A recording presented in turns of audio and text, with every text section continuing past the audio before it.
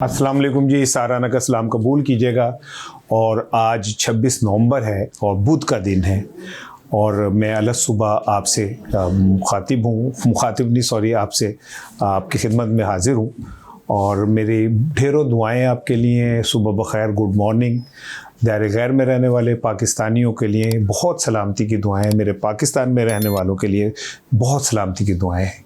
दायरे गैर में रहने वाले पाकिस्तानी जिन मुश्किलात का शिकार हैं, कोई अगर कहीं है तो अल्लाह उसकी मदद फरमाए, पाकिस्तानियों की भी अल्लाह मदद फरमाए। आज का व्लॉग करते हुए, आपसे गुफ्तगू करते हुए, मेरे को खुश दिली से नहीं आपसे बात कर रहा। एक दिल में उदासी और एक जिसे कहते हैं ना नामालूम दुख है, जो शायद आपको मेरे चेहरे से भी नज़र आ रहा हो। 26 नवंबर पाकिस्तान की तारीख के अंदर एक हमेशा स्याह दिन के तौर पे याद किया जाएगा और अफसोस इस बात का है कि ठीक एक साल बाद फिर एक 26 नवंबर से हमें सामना करना पड़ा। रात अडयाला के बाहर जिस तरह का एक माहौल और रात गुजरी, बड़ी तकलीफ दे और बड़ी अजियतनाक रात है। वो शख्स जो दुनिया में एक इस वक्त जिंदा लेजेंड्स के तौर पे जाना जाता है, जिसकी पूरी दुनिया के अंदर एक पजीराई है, क्या आम आदमी, क्या मुसलमान, क्या गैर मुसलमान, क्या सरबराहान, इमरान खान का कद और उसका मुकाम का कोई बंदा आपको ऐसा नहीं मिलेगा जो इनकार करते। और कल उसकी बहनें मुसलसल शदीद सर्दी में, खूब अंधेरे में, और जिस तरह के हालात और वाक़यात थे उसमें वो ये कह रही थी हमें सिर्फ 5 मिनट के लिए अपने भाई से मुलाकात करा दो। 3 हफ्ते से इमरान खान कहते तन्हाई में है। अब ये बात को समझे कि इमरान खान की बहनों की प्रॉब्लम असल क्या है और वो इस सतह पे क्यों गई। वो घरेलू ख़वातीन है, उनका कोई सियासत से कोई अमली ताल्लुक़ नहीं था। रात उन्होंने जिस तरह रात गुजारी है, क्यों गुजारी है? एक खौफ इमरान खान की बहनों के अंदर मौजूद है कि इमरान खान की ज़िंदगी के हवाले से कुछ खदशात पैदा हो रहे कि 21 दिनों से, पिछले 3 हफ्तों से उन्हें क्यों नहीं मुलाकात करवाई जा रही। अदालतें भी थक गईं, एक सूबे का वज़ीर आला भी वहाँ जाके थक गया, 7 बार चला गया। वो बहनें रोज़ सुबह से बैठी हैं। आप बहुत फिट होंगे और बाकी सब लोग जो फिटनेस की लाइफ गुजार रहे, उनसे ज़रा आप सोचें कि शदीद सर्दी में 50+ ख़वातीन मुसलसल 12 घंटे अगर एक जगह बैठी रहें तो क्या असाब के साथ गुजरती होगी। लेकिन मैं हैरान हूँ इमरान खान और उनके बहनों पे, और जिस तरह अलीमा खान ने मुक्का लहराया है तो बहुत सारी चीज़ें, बहुत सारी यादें ताज़ा हो गई। मुझे ये कहने दीजिएगा कि अगर कोई ये कहता है कि जी कहीं पे ताकतवर या फैसला साज जो हैं वो इमरान से बदला ले रहे, तो मैं शायद इस बात को बाई ना करूं। मुझे इसमें जितनी सियासी इंतकाम नज़र आ रहा है और जितनी सियासी नफ़रत नज़र आ रही है, मुझे खौफ आता है उन दिनों से जब इमरान खान बाहर आ गया। तो ये खौफ की लड़ाई बहुत कुछ नुकसान पहुंचा सकती है। एनीवे, मैंने आपको बातों बातों में एक बात बता दी कि इमरान खान साहब की ज़िंदगी के हवाले से अब सीरियस खदशात और थ्रेट्स जो हैं वो नज़र आ रहे हैं। और यही वजह है कि उनकी बहनों ने गुज़िश्ता रात जिस तरह अपनी जान हथेली पे रख के अडयाला के बाहर मुजाहरा किया। हाँ, ये ज़रूर हुआ कि एक अरसे बाद पीटीआई के लीडरशिप, पीटीआई के वर्कर्स जो हैं, उन्होंने बहादुरी का मुजाहरा किया। वो जो खौफ की फ़िज़ा थी कल अडयाला में जो मुझ तक इतलात आई हैं, वो ऐसा लगता था कि वो इतने वर्कर बिखरे हुए थे कि उन्हें काबू करना बहुत मुश्किल था। और पीटीआई की जो क़यादत थी उसकी एक कोशिश थी कि कोई तसादुम ना हो और कहीं ऐसा ना हो कि 9 मई जैसा एक और ऑपरेशन या एक और वो इनके खाते पड़े। इतलात ये भी थी कि एक ऑपरेशन होने जा रहा है जैसे 26 नवंबर को हुआ था।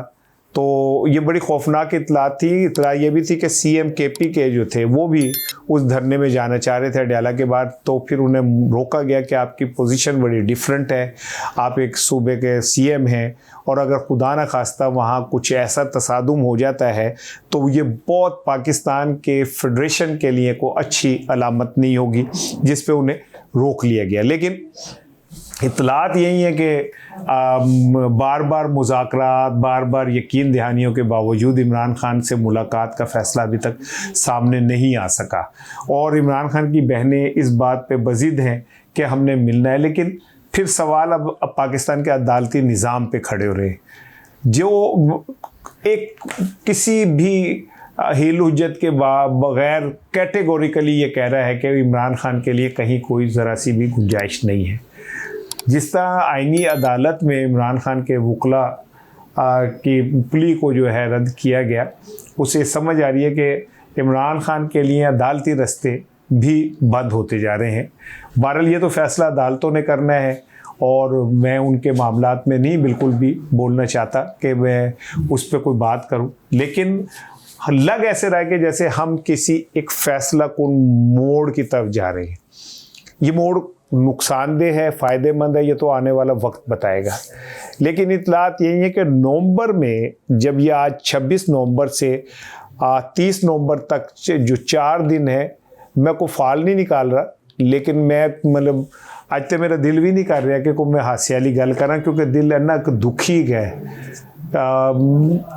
कि मुझे समझ नहीं आ रही कि मैं अपनी रवायती खुश कलामी को कैसे लाऊं।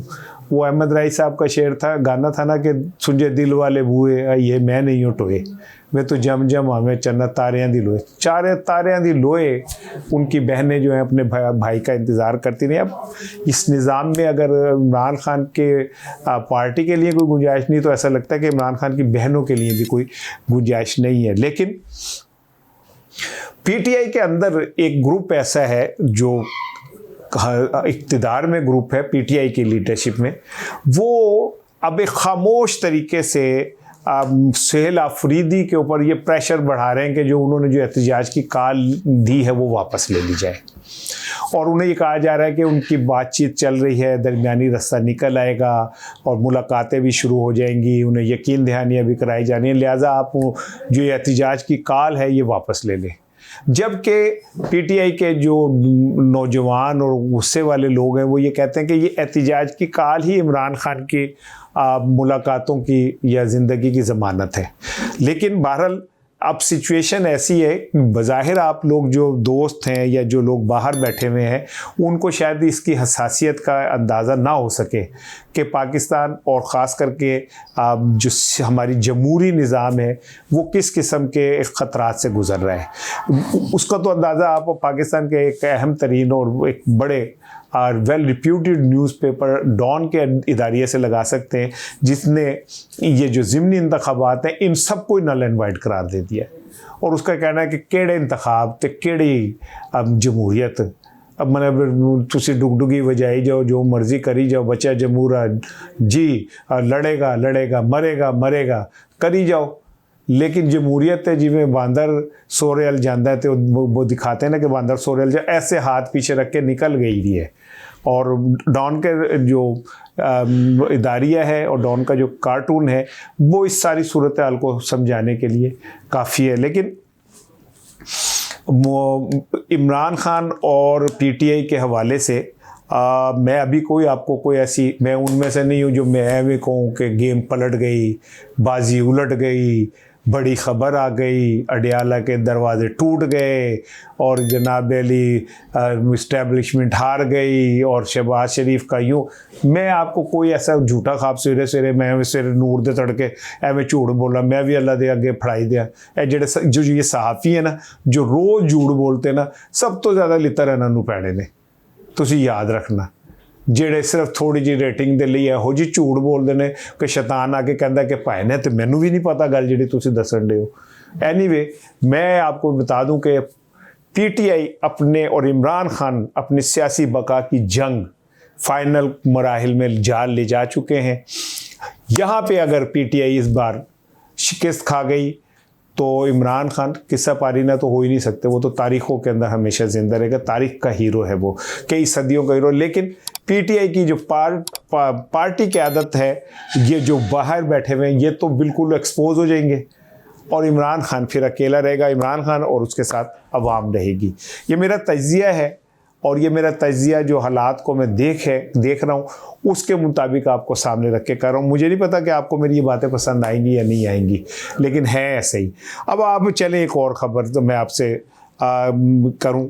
अंसार अब्बासी साहब भाई बड़े लोग बड़ियाँ गल्लां, बड़े बड़े शहर, उसकी छोटी छोटी बातें, बड़े बड़े मीडिया, छोटी छोटी बातें।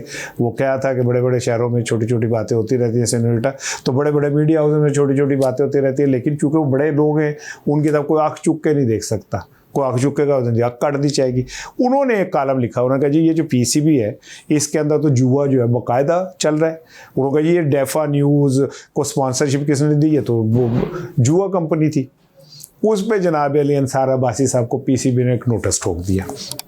पीसीबी भाई तगड़ी है, उन्होंने तो अली तरीन को भी भगा दिया। अली तरीन ने कहा जी भाईजान मैं माफ़ी मांगना, मैं मुल्तान सुल्तान छोड़ता हूँ, तो उसी मुल्तान संभालो तो जो मर्जी करो।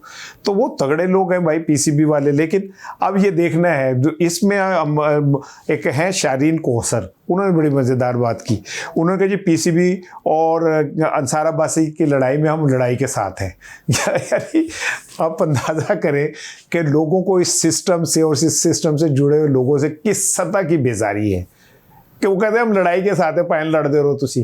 तो लेकिन अब देखना यह है कि कौन जीतता है, क्योंकि अंसार अब्बासी के भी साईं बड़े डाढ़े ने ते पीसीबी वाले खुद बड़े साईं हैं। तो अब देखना है कि इनमें से कौन कहाँ पे खड़ा होता है। जाते जाते एक चीज़, दो सहाफ़ी हैं राय ग़ुलाम अली, जिन्हें मैं पर्सनली जानता हूँ, मेरे पास यहाँ आके मेरे वीलॉग करके जाते रहे, और आगा सरवर, उनके मुतालिक इतलात ये हैं कि उन्हें उठा लिया गया और थाना इस्लामपुरा में उन्हें रखा गया। FIR भी नहीं, उनको कहा जा रहा है कि 9 मई के हवाले से वो लोग मतलूब हैं। तो मैं तो यही कहूँगा कि अगर वो मतलूब हैं तो उन पे FIR काट के उनके जराइम उन्हें बता दें, और अगर वो नहीं हैं और एक सहाफ़ी हैं और वो यूट्यूबर हैं, वीलॉगर हैं, तो मेरा ख्याल है कि सहाफ़ियों पे वैसे इस हुकूमत से मुझे कोई अच्छी बेहतरी की उम्मीद नहीं है, क्योंकि Shalimar recording and broadcast company जो है वो पाकिस्तान की तारीख़ी कंपनी है। इस कंपनी ने माजी में पाकिस्तान के फ़नी विरसे, सकाफ़ती विरसे के तहफ़्फ़ुज़ में बड़ा रोल अदा किया है। आपको याद होगा कभी किसी दौर में शालीमार रिकॉर्डिंग कंपनी की कैसेट्स बहुत मशहूर थी, गाने नूर जहाँ दे, शिकर दोपहरे पिपली दे थले, मैं छणकाइयाँ वंगा, बड़े बड़े क्लासिकल गाने जो ना, अब मुँह काला होंदा बेईमान दा, माही मेरे रोंद ना मारी, मैं दाल आया जिन जान दा, बड़े बड़े गाने इन्होंने महफूज किए। अब पता चला है कि उसको हमारे हर दिल अजीज़ जनाब वज़ीर इत्तलात तारड़ साहब ने उसको बंद कर दिया है और 280 सहाफ़ियों को नौकरी से निकाल दिया है।